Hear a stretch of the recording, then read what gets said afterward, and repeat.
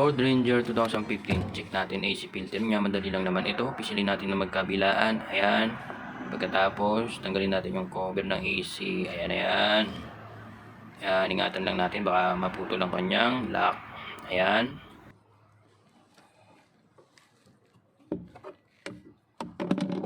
Then, hugutin na natin ang AC filter.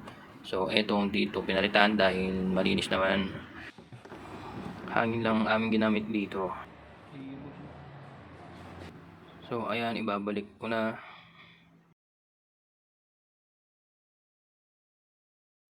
So, tignan natin kung tama ang ating pagbalik. Kasi yan, mali ang aking pagbalik-baliktad.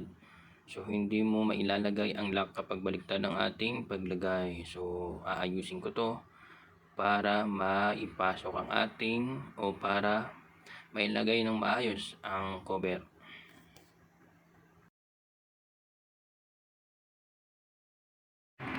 Ayan na ang connect na pagbalik. So, pwede na nating mailagay ang kanyang cover. Okay na.